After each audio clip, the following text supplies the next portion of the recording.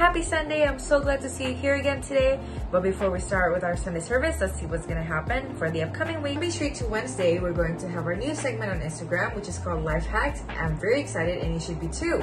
And on the Friday, we're going to have Kubu Doa, which will be followed by a Azusa Street Prayer Tower. So don't miss out on that. And if you ever need any help with prayers, you can contact the prayer team for praise report and prayer request. For the announcement, now sit up straight, prepare your heart, and happy Sunday!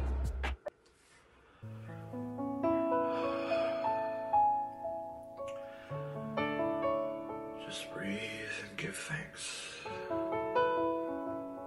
Thank you. For the letter to the Ephesians, I pray that Christ will make his home in our hearts as we trust in him, and our roots would grow down to God's love and keep us strong. And may we have the power to understand, as all God's people should, just how wide and how long and how high and how deep his love is. May we experience the love of Christ, though it is too great to understand fully. Then we will be made complete with all the fullness of life and power that comes from God. Walau ku harus berjalan dalam lembah kekelaman, perlindungan-Mu, oh Tuhan, nyatalah bagi hidupku. Tiada pernah sedetik pun, tiada pernah kau tinggalkan. Sungguh mulia dan sempurna, hanya kau layak disembah. Yesus, Engkau juru selamatku, dalam janji-Mu kemenanganku selamanya kan ku nyatakan besar setiamu Tuhan di hidupku.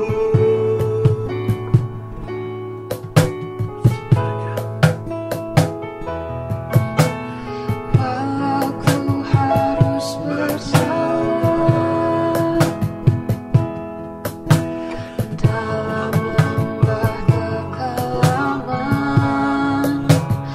perlindungan-Mu, oh Tuhan,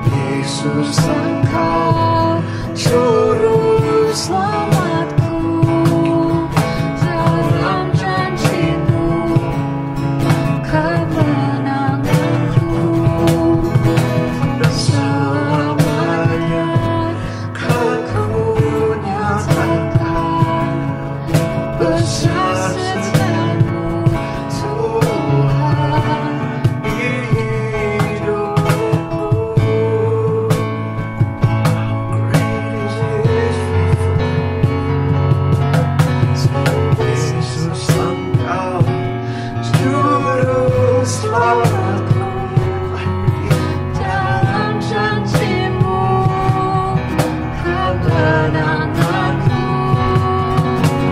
selamanya kan ku nyatakan besar setiamu Tuhan di hidup Yesus Engkau juru selamatku dalam janji-Mu kemenanganku selamanya kan ku nyatakan besar setiamu Tuhan di hidupku.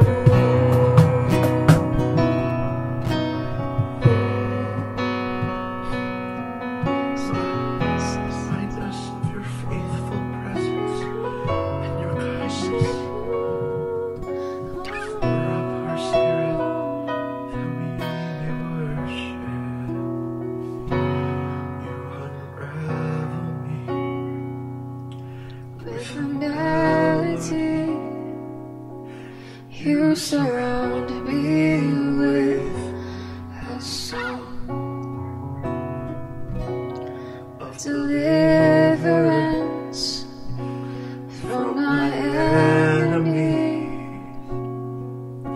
till all my fears are gone.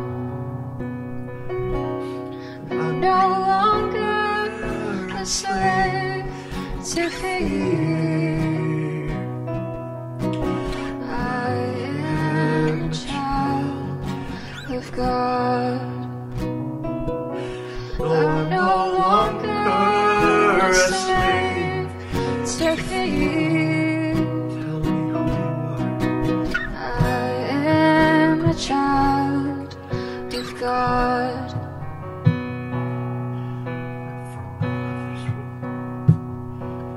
From my mother's womb, you have chosen me. Love has called my name. I've been born again to a family. Your blood flows through my veins. I'm no longer a slave to fear.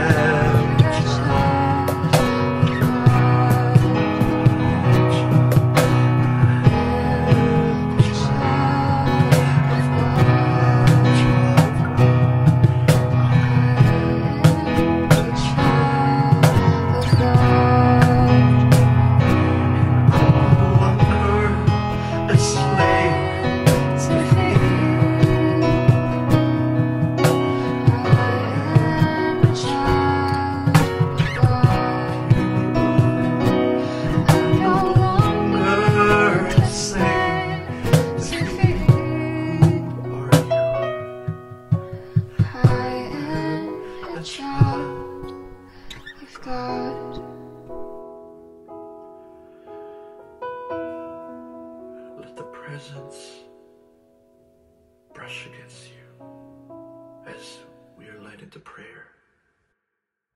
Bapa, kami mau mengucap syukur Tuhan untuk 1 minggu pagi lagi Tuhan yang Engkau telah berikan untuk kami Tuhan, di mana kami bisa berkumpul bersama, memuji, menyembah-Mu, meninggikan nama-Mu Tuhan. Kami mau juga Tuhan untuk take some time untuk berterima kasih Tuhan, untuk mengucap syukur atas penyertaan-Mu, atas kebaikan-Mu Tuhan sepanjang minggu ini Tuhan. Kami mau berterima kasih kalau Engkau ada kami bersekolah, Kau ada di saat kami bekerja Tuhan, Kau ada di saat kami susah, kami senang Tuhan, Kau ada di all of our problems Jesus. Dan kami mau berterima kasih juga Tuhan kalau Engkau ada di saat kami sehat maupun di saat kami sakit Tuhan. And this morning Tuhan, saya mau berdoa Tuhan untuk semua orang yang mungkin di hari-hari ini, di minggu-minggu ini sedang sakit Tuhan. Mereka sakit physically Tuhan. Kami mau berdoa Tuhan kalau mereka mendapatkan kesembuhan Tuhan di dalam nama-Mu Tuhan. Karena kami tahu Tuhan, it's only by the power of your blood Jesus that may they be healed Lord. And I pray Lord that may you put seeds of faith in the hearts Lord. Karena kami tahu Tuhan, hanya di saat kami percaya Tuhan, kami akan mendapatkan Tuhan. Saya berdoa Tuhan agar Engkau taruh iman ini Tuhan di dalam hati kami semua Tuhan, kalau kami bisa menerima kesembuhan Tuhan di dalam nama-Mu Tuhan, because we know that it's only then that we will actually receive that healing from you Lord. Dan kami juga mau berdoa Tuhan untuk orang-orang yang mungkin sedang sakit spiritually Jesus. Maybe in the season they find it hard Tuhan untuk baca Bible Tuhan, untuk mau berdoa, untuk mau spend time with you Jesus. Maybe they struggling so hard Lord, fighting their flesh Lord, untuk mau berdoa Tuhan, untuk mau spend time with you. Kami tahu Tuhan, this is such an important thing to do. So I pray Lord that may you show mercy on us Jesus. I pray that may you show mercy on each and every single one of us Lord, for our sins Lord. And I want to pray Lord that you teach us, that you help us Lord to want to have a better discipline Lord in spending time with you Jesus, and having our appointments with you Jesus. And we know Lord, it's only you Lord yang bisa kasih kami strength Tuhan untuk mau Tuhan, untuk mau memilih yang benar Tuhan. Dan kami tahu juga Tuhan, it's only because you said it Jesus. Kalau Engkau rindu Tuhan untuk kami kembali pulang Tuhan, Engkau rindu untuk kami ada Tuhan di pelukan-Mu Tuhan. Maka itu saya berdoa Tuhan di pagi hari ini Engkau Tuhan yang memberikan kami hati yang baru Tuhan, hati yang baru, hati yang lembut, hati yang tidak keras Tuhan, sehingga ketika Roh Kudus mengingatkan kami Tuhan untuk we'll spend time with you Jesus, that we will actually listen Tuhan, and will not give in to our flesh Jesus and then not do it. And lastly, I also want to pray for everyone in this season. Maybe you've been sick emotionally, and I want to pray specifically for these people. I don't know who they are, but Father, I want to pray Lord for people who in this season, maybe in this last couple of months, maybe in this last couple of weeks, maybe they feel like they've been drowning, Lord. Maybe they feel like they're just struggling so much. They feel like they're drowning, and they don't actually know how to seek for help, Tuhan.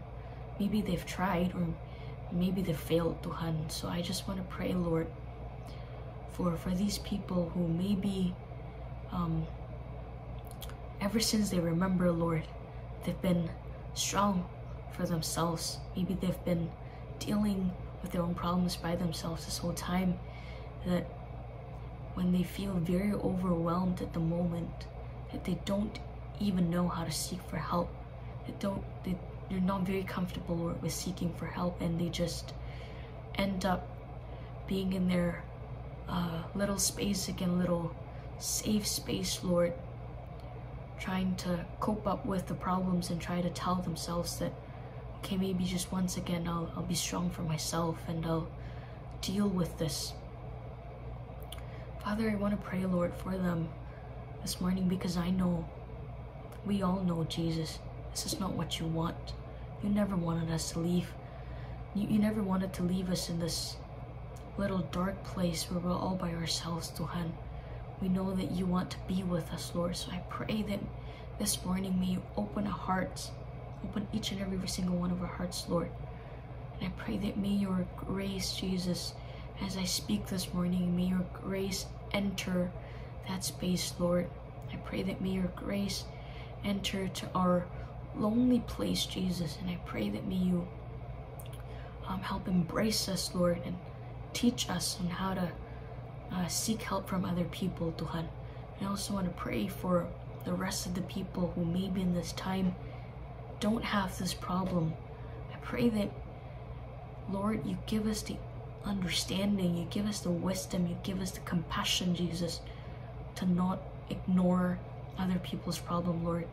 Maybe at this time we're so used to them being okay that we're not sure on how to help them if they're not okay. Maybe we don't even realize that they are struggling, Lord, because all we see this time and the person that we've known this whole time is that they're okay and they're strong and that they can deal with their own problems, Tuhan. But I pray that you teach us, Lord, as a church, may there be unity, Tuhan. May there be unity, that we will all try to help each other out, Jesus. And I just pray, Lord, this morning, really for everyone who's been sick, Lord. I want to pray for orang yang benar-benar sakit, Tuhan, physically. Kami tahu ada kesembuhan untuk mereka, Tuhan. Kami mau berdoa juga, Tuhan, untuk orang yang sakit spiritually, Tuhan. Kami tahu hanya Engkau, Tuhan, yang bisa memberikan kami kekuatan untuk mau kembali pulang, Tuhan, kepada pelukan-Mu, Tuhan. Dan kami mau berdoa juga, Tuhan, untuk orang yang sedang sakit emotionally, Tuhan. Kami mau berdoa agar Engkau bantu kami, buka hati kami, Tuhan, untuk kami bisa allow Engkau, Tuhan, untuk masuk ke dalam hati kami, dan allow Engkau, Tuhan, untuk membantu kami, Tuhan, and bring us out of our dark place, Jesus. So Father, we thank you this morning really for your faithfulness. We thank you that you're God, our healer. We want to thank you, Lord, that we know that this morning, no matter what we're facing, we know that we're enough because you are enough, Jesus. And I just want to offer all of these prayers, and I just want to surrender all of these people, including myself, Jesus, into your hands, the God, our healer, Lord, and the God, our Prince of Peace, Jesus. In the name of Jesus, I pray and I give thanks. Amen.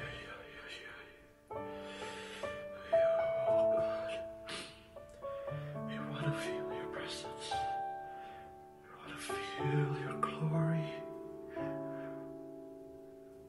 Jesus, We enthrone you. We proclaim you are King. yes, you are. Standing here in the midst of us, we lift you up with our praise. Jesus, Jesus, we enthrone you. We proclaim you are King. Standing here in the midst of us, besides me, we lift you up with our praise. And as we worship, build a throne. And as we worship, build a throne. And as We worship, build a throne. Come, Lord Jesus, and take your place. We need you. Jesus, we enthrone you. We proclaim you are King, standing in the midst of us. We lift you up with our praise, and as we worship, build a throne, and as we worship, build a throne, and as we worship, build a throne. Come, Lord Jesus, and take your place. And as we worship, build a throne. And as we worship, build a throne. And as we worship, build a throne. Come, Lord Jesus, and take your place. You're all I want. You're all I ever needed. You're all I want. Help me know you are here. You're all I want. You're all I want. And you're all I ever needed. You're all I want. Help me know you are dear. You're so near. You're all I want. You're all you're all I ever needed. You're all I want. Help me know you are near.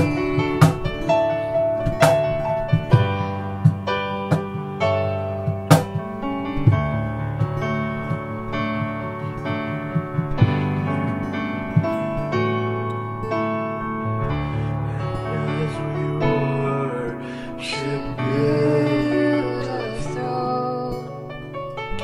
And as we worship, build a throne. And as we worship, build a throne. So come, Lord Jesus, and take your place. Come, Lord Jesus, and take your. Come close. Come, Lord Jesus, and take your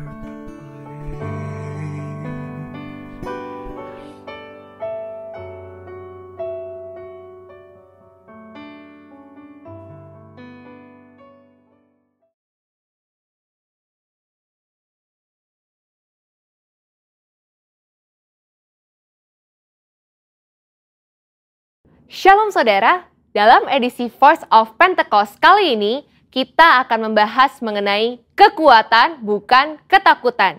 Dalam penelitian Northwestern Medicine mengidentifikasi bahwa amigdala merupakan bagian otak yang sangat berperan dalam proses ketakutan.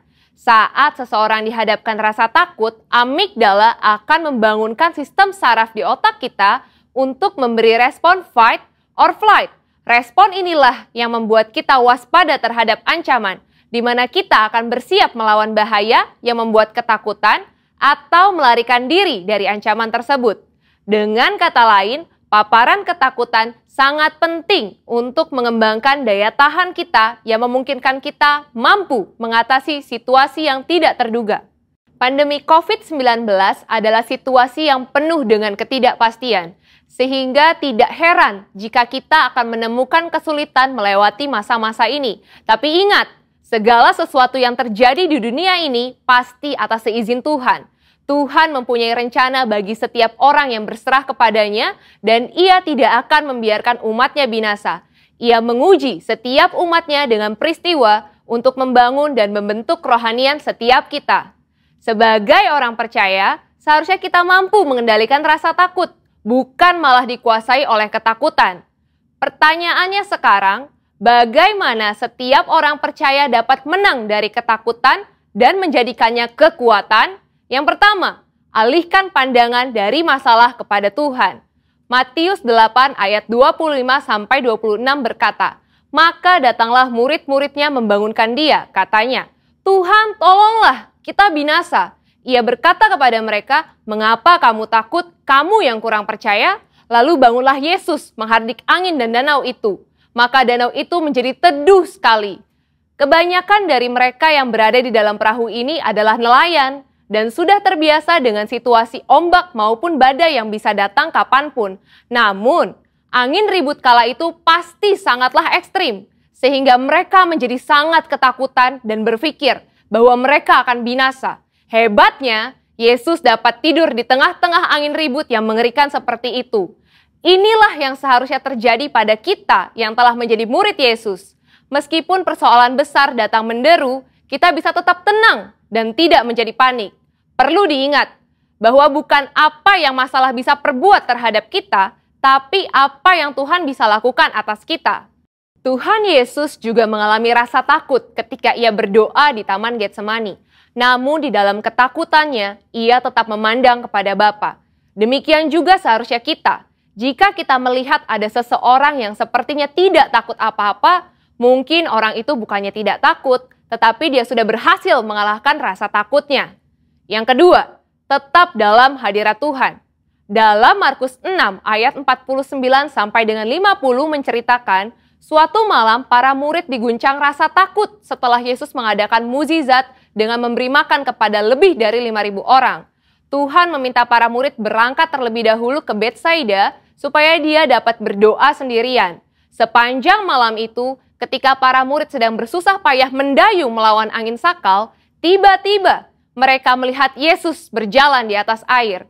Para murid menjadi sangat ketakutan dan bahkan mengira Yesus adalah hantu. Saat Yesus mendekat kepada perahu dan murid-muridnya mendengar suaranya, "Tenanglah, aku ini, jangan takut." Maka badai reda dan ketakutan pun diusir.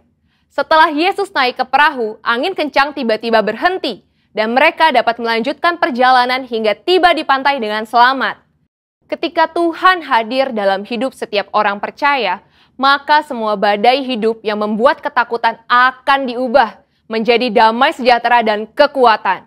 Rasul Paulus menasehati dalam 2 Timotius 1 ayat 7, sebab Allah memberikan kepada kita bukan roh ketakutan, melainkan roh yang membangkitkan kekuatan, kasih, dan ketertiban. Dari ayat ini, kita belajar bahwa Roh Kudus memberikan kita damai sejahtera dan mengusir roh ketakutan di dalam setiap orang percaya yang tetap tinggal di dalam hadirat Tuhan. Yang ketiga, melangkah maju bersama Tuhan. Pemazmur menulis, Tuhan menetapkan langkah-langkah orang yang hidupnya berkenan kepadanya. Mazmur tersebut selanjutnya memberikan gambaran indah tentang pemeliharaan Allah yang setia atas siapapun yang mau berjalan bersamanya. Taurat Allahnya ada di dalam hatinya. Langkah-langkahnya tidak goyah. Melangkah maju bersama Tuhan menunjukkan bahwa tanpa Tuhan seseorang tidak dapat berbuat apa-apa. Melangkah maju bersama Tuhan mempunyai implikasi bahwa Tuhan terlibat dalam semua aspek kehidupan. Ia yang memegang kendali penuh atas kehidupan kita. Bila kita selalu melibatkan Tuhan dalam keseharian kita, maka kita akan semakin kuat dan apa saja yang kita kerjakan pasti berhasil. Kesadaran akan penyertaan Tuhan akan memberikan rasa aman dan damai sejahtera yang akan menghilangkan segala ketakutan. Sebagai manusia, wajar bila kita mengalami ketakutan, tapi jangan sampai kita dikuasai oleh ketakutan tersebut, sebab kita bisa mengubah ketakutan menjadi kekuatan, yaitu dengan cara fokus kepada Tuhan, bukan kepada masalah, sehingga kita bisa tetap tinggal di dalam hadirat Tuhan dan mampu melangkah maju, karena Tuhan ada beserta kita. Saudara, untuk penjelasan lebih lengkapnya dari tim teologi kami, jangan lupa buka link yang ada di atas atau scan QR Code yang tersedia. Salam integritas, Tuhan Yesus memberkati.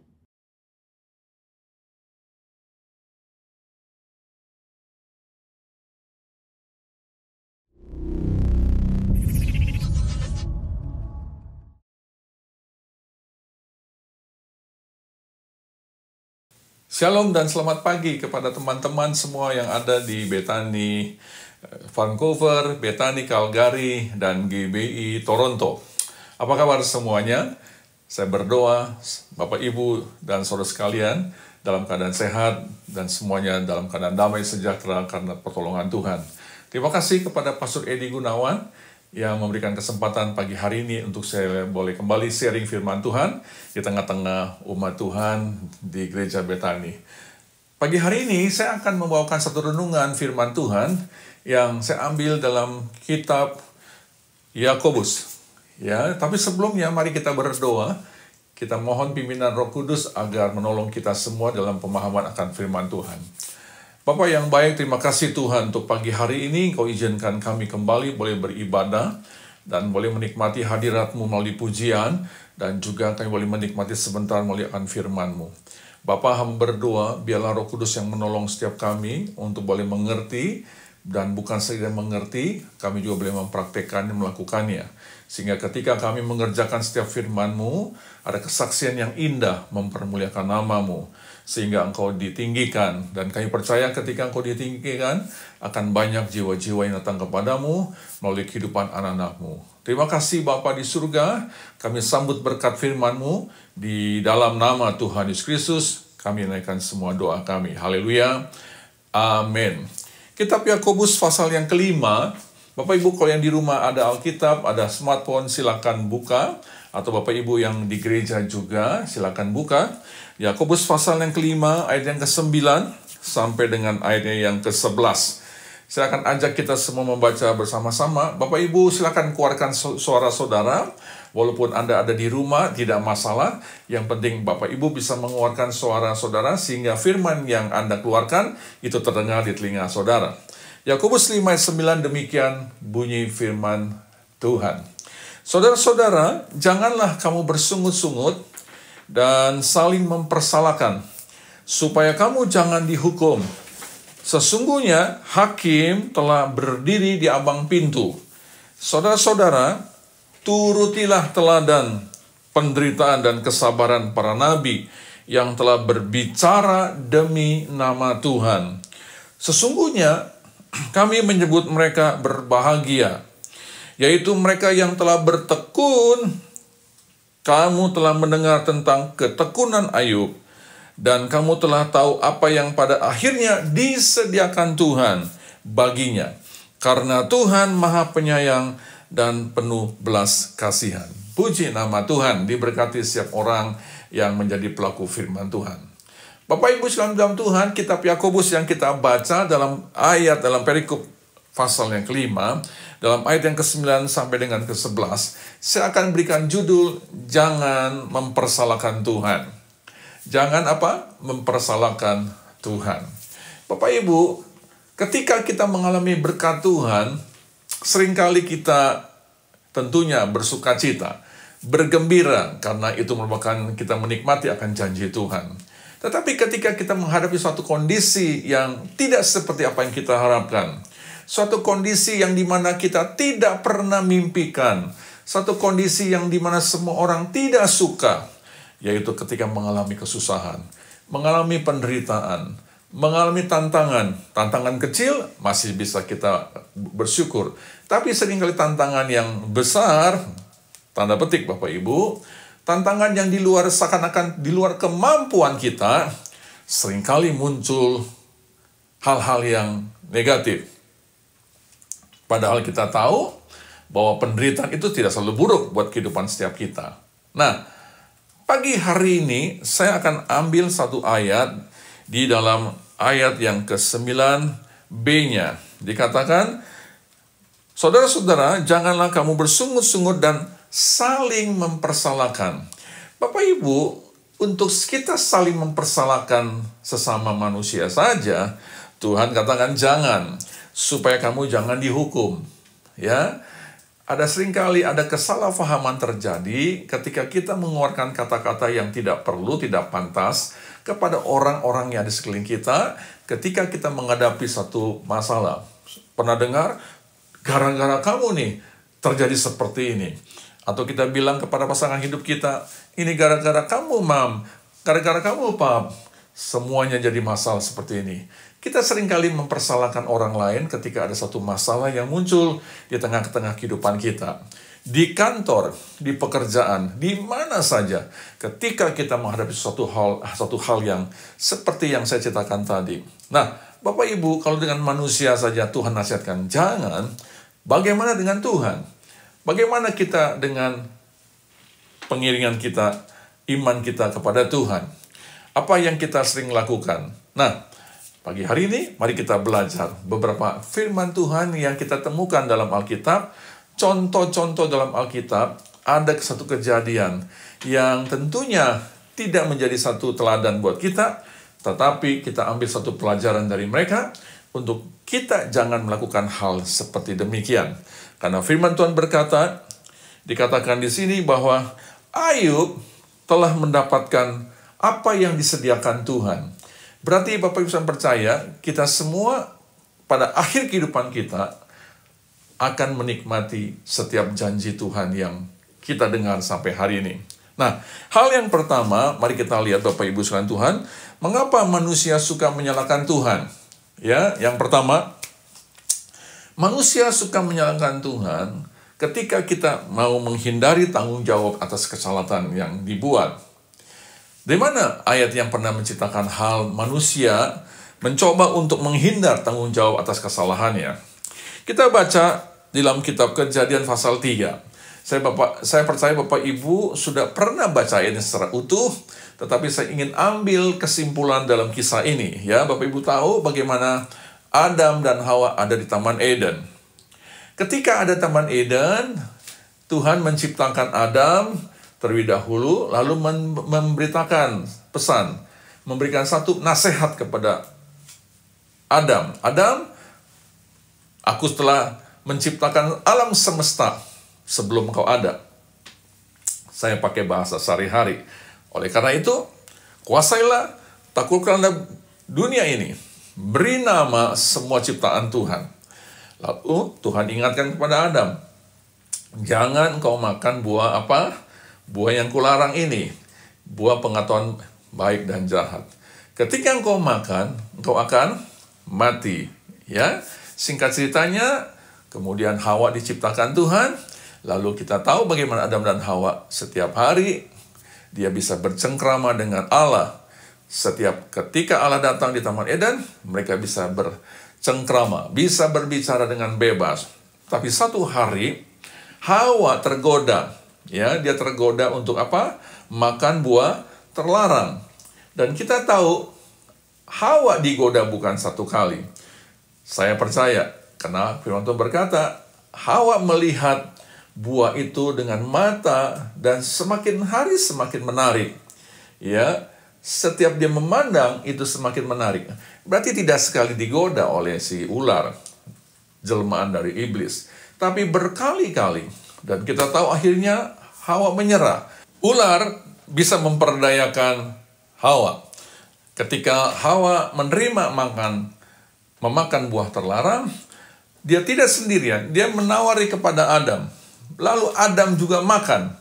Dan ketika Adam makan, Adam sadar bahwa dia dalam keadaan telanjang. Tiba-tiba seketika Adam berubah. Bukan pribadinya berubah, tetapi dia bisa melihat keadaan tubuhnya dalam keadaan telanjang. Dan singkatnya, firman Tuhan menceritakan bagaimana Allah kemudian masuk ke dalam Taman Eden. Lalu Adam bersembunyi Dan ketika Adam dipanggil oleh Allah, Adam, Adam, di manakah engkau? Dan kita tahu dikatakan di sini Tuhan.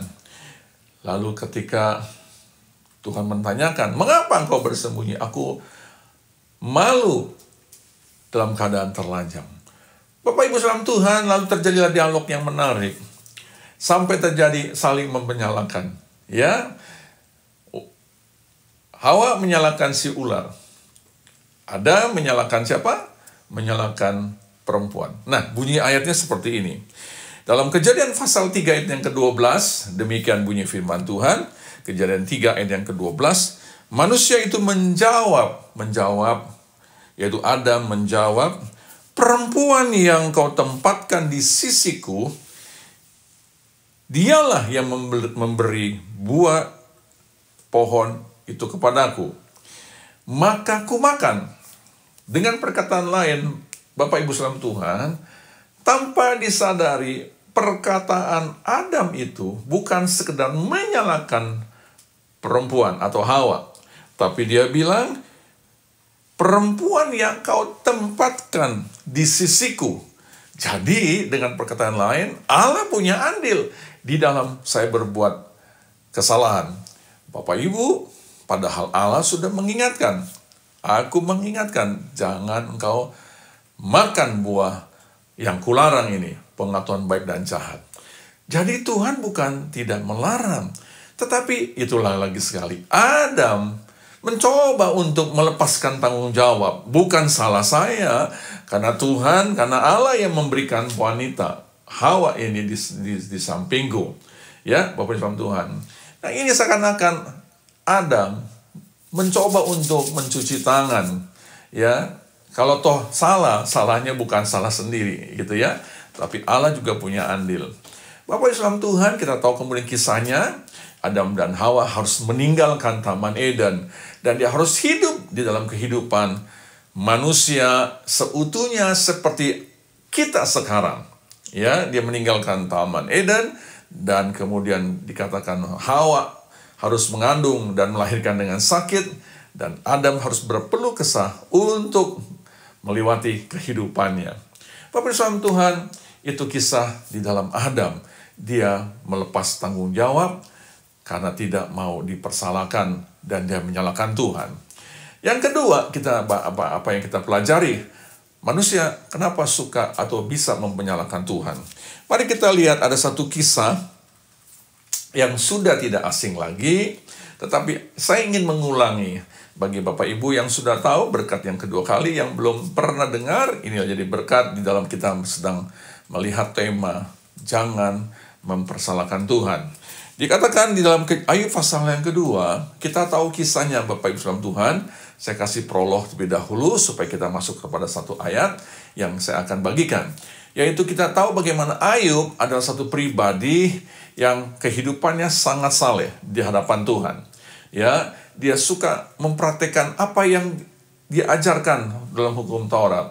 Setiap pagi dia bangun pagi hari, dia melakukan korban bakaran ke hadapan Allah. Ya, dan dia ingat kepada anak-anaknya, mungkin semalam mereka sudah berpesta pora. Mereka melakukan suatu perbuatan yang tidak Tuhan sukai, melanggar firman Tuhan, melanggar hukum Taurat. Lalu setiap pagi dia mempersembahkan korban pengampunan dosa, korban bakaran. Dan Bapak Ibu tahu, Alkitab mengatakan bahwa Ayub diberkati Tuhan. Dan bukan hanya sekedar diberkati Tuhan, dia orang yang sangat kaya pada zamannya. Sehingga firman Tuhan berkata, satu hari iblis datang bersama anak Tuhan menghadap Tuhan. Lalu dikatakan dalam ayat pasal 1:6 dan ayat 2, ayat yang ke-6, dikatakan kemudian Allah bertanya kepada si iblis ini atau setan ini. Dikatakan, hei setan, apakah iblis, roh jahat, apakah engkau melihat hambaku Ayub? Lalu katanya roh jahat ini berkata kepada Allah, siapa yang tidak kenal? Siapa yang tidak tahu? Ayub. Ya, Bapak Ibu salam Tuhan, iblis itu tahu mana-mana anak-anak Tuhan yang diberkati. Iblis tahu mana anak-anak yang mau hidup sungguh-sungguh dalam Tuhan. Iblis tahu anak-anak Tuhan yang model kayak apa. Yang mana yang perlu dijatuhkan, mana yang tidak usah dijatuhkan, dia akan jatuh sendiri. Lalu terjadi dialog. Dia katakan, Ayub berkata, coba engkau stop, jangan kau berkati, berikan kepada aku akan cobai dia. Apakah dia masih sungguh-sungguh dia hidup saleh, hidup benar di hadapanmu? Bapak Ibu tahu, kemudian Allah berkata, demikian, silakan, karena aku tahu bagaimana kehidupan kesalehan Ayub. Cuman satu perkara aku minta, jangan engkau ambil nyawanya. Itu perintah Tuhan. Bapak Ibu, kita percaya, lahir dan mati, itu semua ada di tangan Tuhan. Ya, memang kita bisa mengambil cara yang pintas, dengan cara yang tidak Tuhan inginkan. Tetapi kalau kita hidup sebagai orang yang biasa, hidup yang orang yang normal, yang mau hidup di dalam kehendak Bapa, saya percaya kelahiran dan kematian itu ada di dalam tangan Tuhan.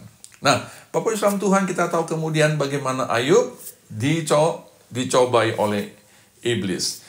Dirongrong oleh roh jahat. Wah, semua dengan segala kekuatannya. Usahanya bangkrut, saya sebutkan usaha, lumbung-lumbungnya terbakar. Anak-anaknya semua mati. Ya. Ketiga, Ayub kena penyakit. Penyakit dari ujung kaki sampai ujung kepala. Semuanya gatal-gatal, koreng gatal-gatal. Sampai akhirnya tercatat bagaimana penderitaan Ayub. Bapak Ibu perhatikan, Ayub bukan hanya menderita secara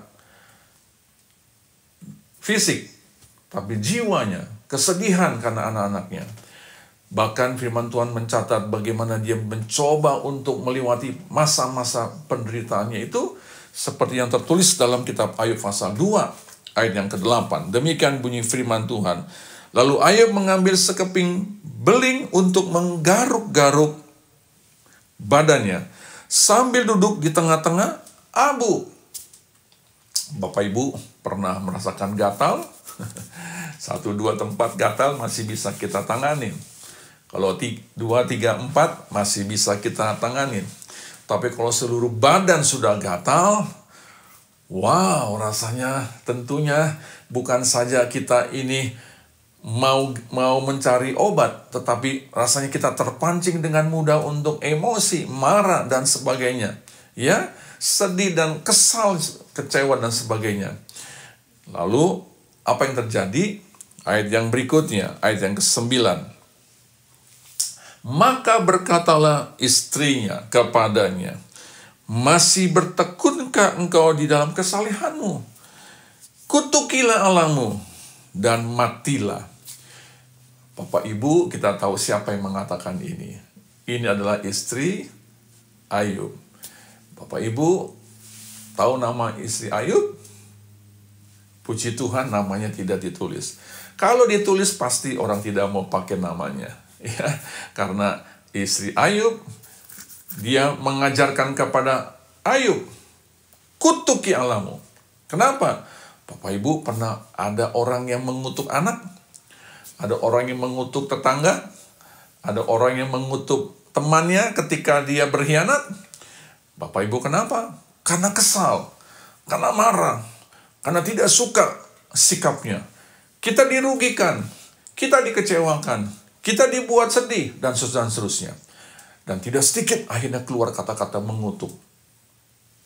Lalu, bagaimana dengan istri Ayub? Saya percaya, dia melihat satu persatu penderitaan Ayub. Dia melihat bagaimana usahanya bangkrut.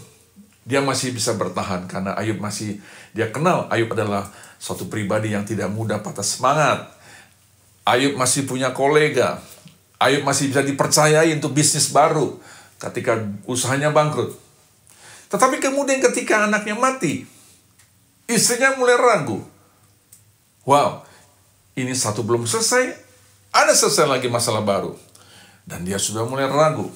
Yang ketiga, ketika dia melihat Ayub sendiri yang menjadi sumber perlindungan istri Ayub, tempat di mana dia berada dalam kenyamanan, tiba-tiba mengalami sesuatu hal yang tidak pernah diduga. Tentunya seorang istri melihat suami dalam keadaan tidak berdaya. Dia tentu merasa sedih. Dia mau marah, tidak tahu marah ke siapa. Istri Ayub, dia mengajarkan kepada Ayub, Ayub, kalau engkau mau lepas dari penderitaanmu, kutuki Allahmu. Karena istri Ayub melihat, Ayub mengalami penderitaan ini bukan sembarang penderitaan. Pasti ada sesuatu yang Tuhan ajarkan kepada dia, tetapi dia tidak mengerti maksud ajaran Tuhan. Lalu dia mengajarkan, salahi Tuhanmu, kutuki dia, matilah engkau. Bapak Ibu saudara Tuhan, hal yang kedua, seringkali manusia bisa mempersalahkan Tuhan karena dia tidak bisa menerima ujian Tuhan. Bapak Ibu, saya tidak tahu hari ini, belakangan hari ini, apakah Bapak Ibu sedang mengalami ujian dari Tuhan. Saya tidak tahu apakah Bapak Ibu yang selama ini hidup di dalam pelayanan, hidup di dalam ketaatan akan firman Tuhan, hidup dalam kesungguhan menjadi anak Tuhan, apakah Bapak Ibu sedang mengalami sesuatu hal yang di luar apa yang Bapak Ibu harapkan.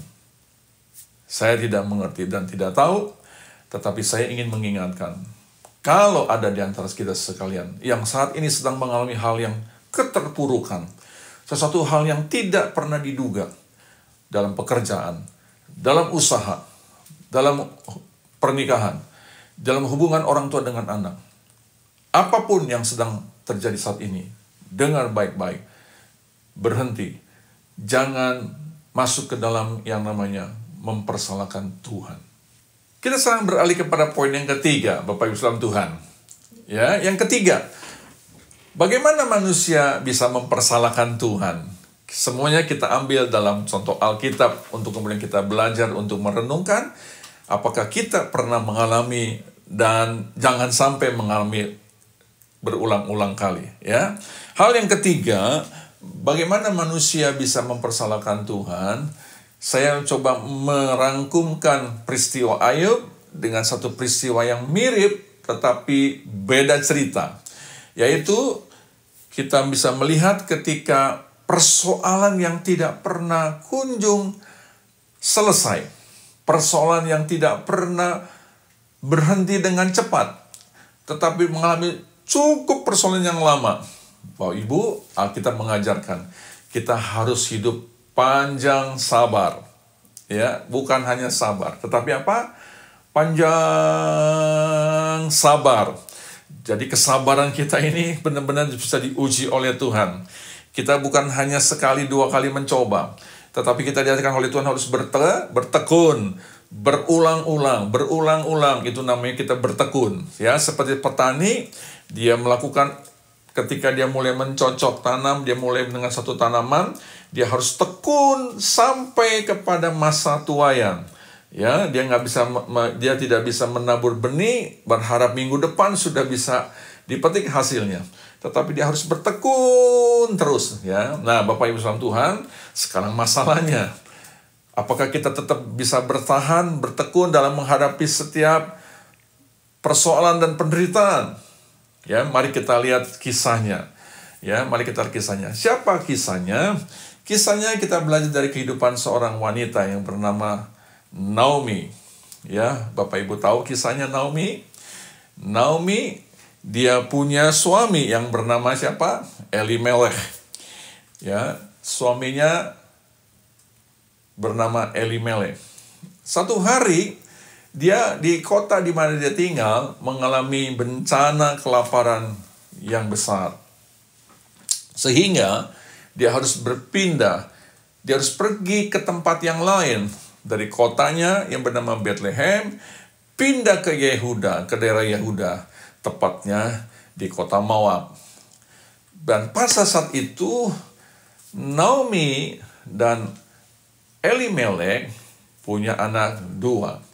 Dia punya anak dua laki-laki yang bernama Mahlon dan Kilion, ya. Lalu ketika Kilion dan Mahlon ini semakin besar, dikatakan dia kemudian punya mantu yang bernama Orpa dan Ruth. Bapak Ibu tahu kisahnya, ya. Saya akan ceritakan ini secara garis besar. Sebelum saya masuk kepada poin kita pada pagi hari ini, jangan mempersalahkan Tuhan.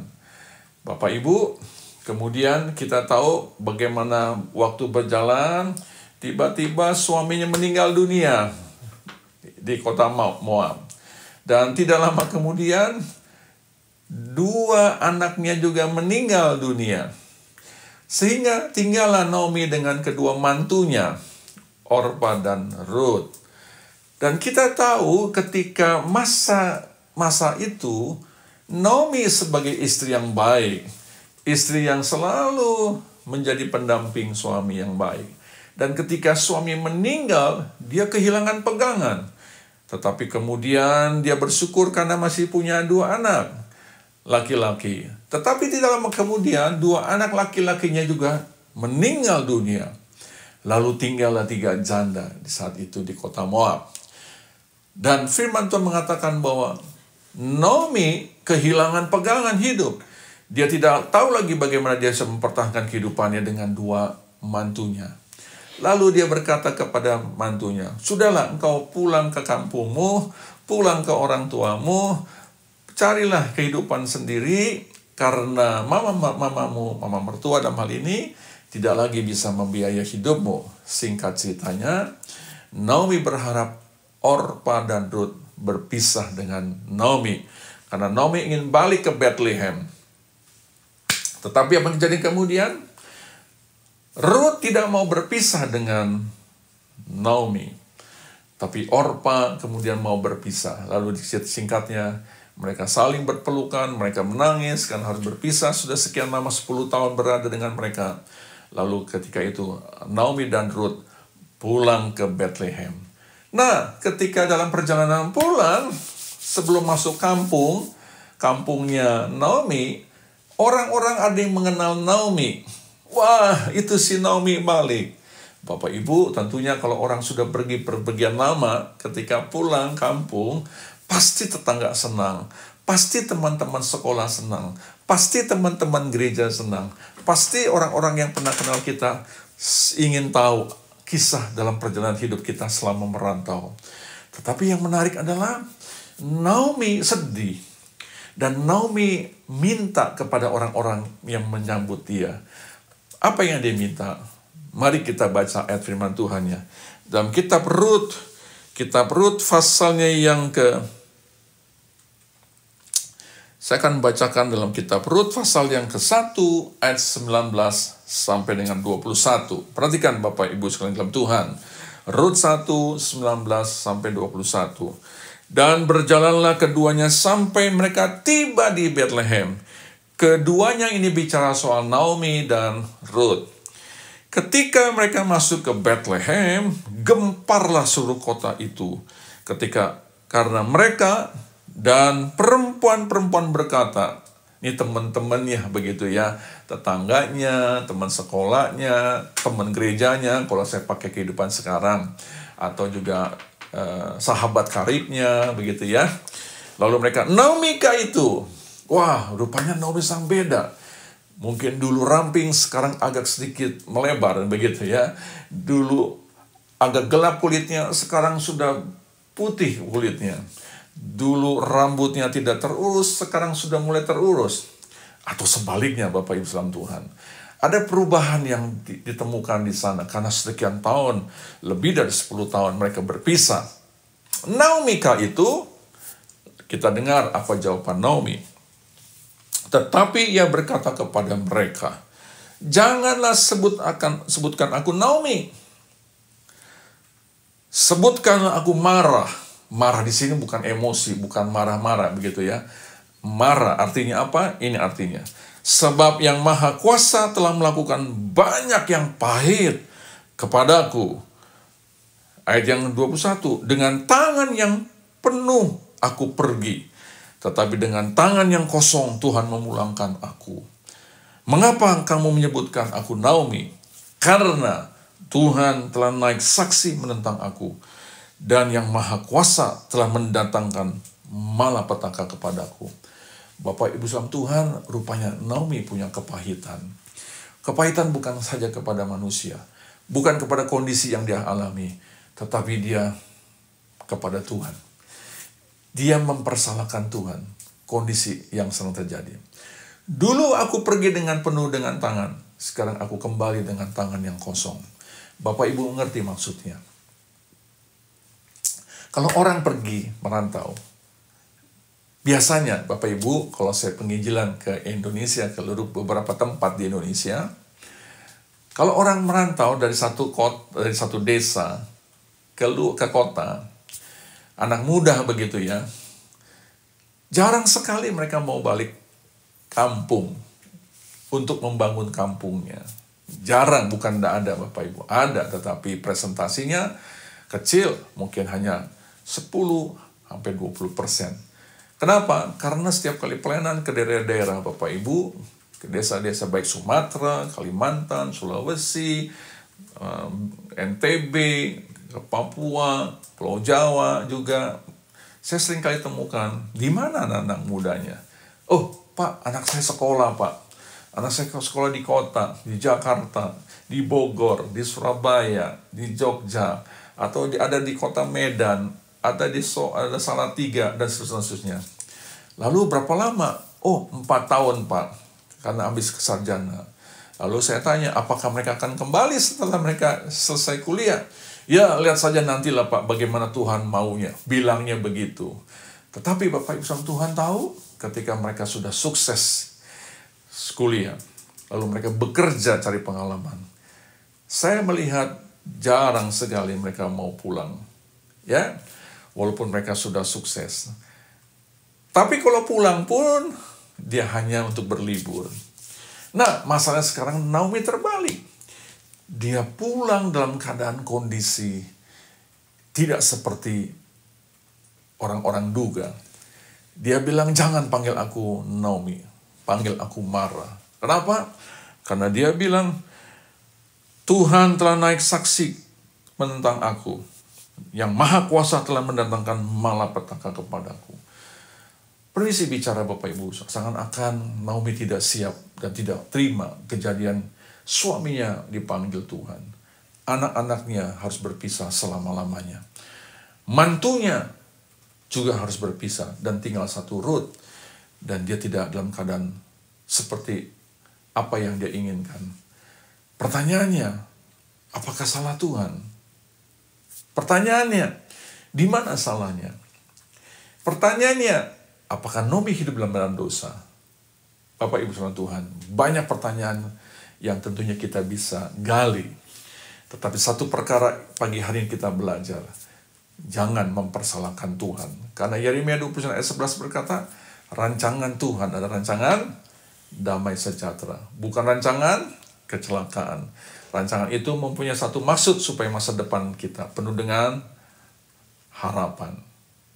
Bapak Ibu, apa yang kita bisa petik peristiwa istri Ayub dengan Naomi? Saya melihat ada kesamaan dalam hal ini. Kesamaan dalam arti kata apa? Dalam cara pandang mereka menghadapi namanya penderitaan. Bapak Ibu saudara Tuhan, masalah demi masalah yang beruntun terjadi dalam kehidupan Ayub dan karena kehidupan Naomi, rupanya masalah-masalah ini membuat mata iman dari istri Ayub dan Naomi gagal melihat rencana Tuhan yang baik. Gagal mengerti akan rancangan Tuhan yang baik. Oleh karena Bapak Ibu saudara Tuhan lagi sekali, kita belajar jadi orang Kristen yang bukan mempersalahkan Tuhan, tetapi kita boleh menanyakan kepada Tuhan. Kita boleh berdiam diri dan mencari wajah Tuhan. Karena Alkitab berkata, jika umatku berbalik dari jalan yang salah, aku akan pulihkan kota di mana engkau tinggal, dan seterusnya. Bapak Ibu saudara Tuhan, berarti ketika kita ada dalam kurun waktu Tuhan izinkan, dalam masa-masa penderitaan, masa-masa dalam kesulitan, masa-masa di dalam kita tidak yang kita inginkan, jangan kita persalahkan Tuhan. Tapi belajarlah kita mengerti bahwa di balik semua perkara ini, apa yang Tuhan mau kerjakan dalam hidup kita. Bapak Ibu saudara Tuhan, penderitaan bisa terjadi oleh siapapun juga. Kondisi sekarang, permisi bicara, saya ingin angkat kembali permukaan dalam persoalan pandemi COVID-19. Banyak hal-hal yang orang bertanya, Pak, apakah Tuhan izinkan ini semua? Apakah ini datangnya dari Tuhan? melalui peristiwa meledaknya COVID-19 di kota Wuhan, di China. Sampai ada istilahnya ini virus Cina begitu istilahnya ya, karena datangnya dari sana. Dan kemudian ada yang mengatakan, oh ini bukan Tuhan, tapi ini manusia yang bikin, dan seterusnya. Saya tidak bicara politik, saya tidak punya kepentingan di dalam bicara soal masalah-masalah ini di dalam kehidupan, di dalam suasana yang sekarang sedang terjadi antara satu negara dengan negara yang mungkin ada kesalahpahaman menghadapi dalam pandemi COVID-19. Tetapi saya ingin sampaikan begini, pandemi COVID ini terjadi bukan kebetulan. Di balik semua perkara itu, saya percaya Tuhan memakai COVID-19 ini untuk sedang mengadakan pengujian kepada kehidupan anak-anak Tuhan. Ujian bagi gereja Tuhan. Ujian bagi setiap orang yang mengaku beriman kepada Tuhan. Yang mengatakan bahwa dia cinta Tuhan. Dia melayani Tuhan dengan sungguh-sungguh. Ini masa-masa pandemik yang terjadi. Dan saya percaya juga melalui pandemik COVID ini adalah waktu anak-anak Tuhan untuk kembali ke rumah Bapa. Jadi Bapak Islam Tuhan, kalau kita melihat dalam perspektif yang benar, pandemi COVID ini tidak merupakan jadi satu penderitaan, tetapi merupakan satu ujian buat Anda dan saya. Istri Ayub dan Naomi, ketika ada masa waktu yang sedang Tuhan lakukan, di tengah-tengah perjalanan, dia tidak siap, dia tidak mengerti, sehingga akhirnya mempersalahkan Tuhan. Mengajar suaminya untuk mengutuki Tuhan. Lalu Naomi meminta, orang jangan memanggil namanya Naomi, ganti dengan marah, karena banyak kepahitan dalam hidupnya. Bapak Ibu saudara Tuhan, kalau orang kecewa dan hidup dalam kekecewaan, secara tidak langsung, dia sedang memberhentikan pertolongan Tuhan. Kalau orang yang tinggal dalam kecewaan, tanpa mengerti di balik semua perkara, dan tidak mau belajar dari semua perkara, dia seakan-akan sedang menutup pintu aliran berkat dari Tuhan. Mengapa? Saya melihat orang yang kecewa, akhirnya dia hidup jauh dari Tuhan. Dia tidak lagi mau pegang pada firman Tuhan dan janji Tuhan. Bahkan dia hidup dengan kedagingan dia. Karakter manusia lamanya akan muncul kembali dan membuat dia semakin hari semakin jauh dari Tuhan. Nah, yang keempat, yang terakhir Bapak Ibu saudara Tuhan, mengapa manusia suka atau bisa mempersalahkan Tuhan? Yang keempat, tidak mau mengerti akan rencana kehendak Tuhan. Saya akan angkat satu cerita, Bapak Ibu pasti ingat juga, ketika bangsa Israel di Mesir mengalami yang namanya apa? Mengalami perbudakan. Mereka di sana hidup dalam perbudakan. Mereka harus bangun pagi, siang, sampai sore, sampai malam. Mereka ada dalam pekerjaan di mana Raja Firaun pada saat itu sedang membangun kota Mesir. Dan orang-orang yang dekat itu memperbudak umat Tuhan, bangsa Israel. Dan kita tahu kemudian satu hari bangsa Israel minta waktu untuk sabat, minta waktu untuk perhentian, minta waktu untuk bisa datang kepada Tuhan. Lalu kita tahu bagaimana orang-orang sekelilingnya, Raja Firaun mengatakan jangan, kalau diberikan istirahat nanti dia semakin kuat dan akhirnya bisa memberontak dan bisa merebut ke pemerintahan, kurang lebih begitu ya. Dan kita tahu kemudian bagaimana Raja Firaun memerintahkan untuk memberikan pekerjaan yang semakin berat. Jadi penderitaannya luar biasa. Dan akhirnya kita tahu Tuhan tidak tutup telinga. Tuhan tidak tutup mata. Dan Tuhan memanggil Musa dari Midian kembali ke Mesir untuk membawa bangsa Israel kemana? Ke tanah perjanjian. Tanah yang penuh dengan susu dan madu. Bapak Ibu dengar baik-baik. Di sini mereka mengalami penderitaan. Di sini mereka mengalami kekurangan. Tuhan punya rencana untuk memindahkan mereka ke tanah perjanjian. Tanah yang penuh susu dan madu. Tanah yang subur dan yang indah. Jadi bangsa Israel keluar. Mau keluar dari Mesir pun banyak rantangan dan rintangan. Tetapi dengan tangan Tuhan, mereka melihat dan mereka bisa keluar.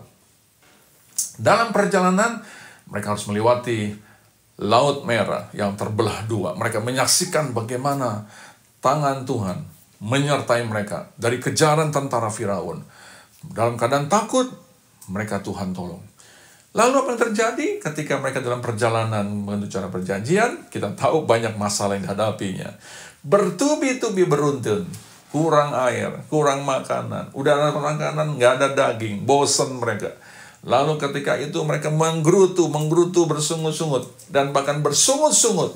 Mereka mempersalahkan Musa. Mereka mempersalahkan, bukan hanya mempersalahkan Musa, mereka juga mengatakan bahwa Musa, seakan-akan engkau ingin membuat kami mati di tengah padang gurun. Tidak seperti di Mesir. Apakah kau kira Mesir kurang kuburan? Dan seterusnya. Nah, yang menarik Bapak Ibu, mari kita lihat ayatnya. Mari kita lihat dalam Keluaran pasal 16 ayat yang ketiga. Keluaran 16 ayat yang ketiga berkata demikian. Kalau kami mati tadinya di tanah Mesir oleh tangan Tuhan, ketika kami duduk menghadapi kuali berisi daging dan makan roti sampai kenyang, sebab membawa kami keluar ke padang gurun ini untuk membunuh seluruh jemaah ini dengan kelaparan.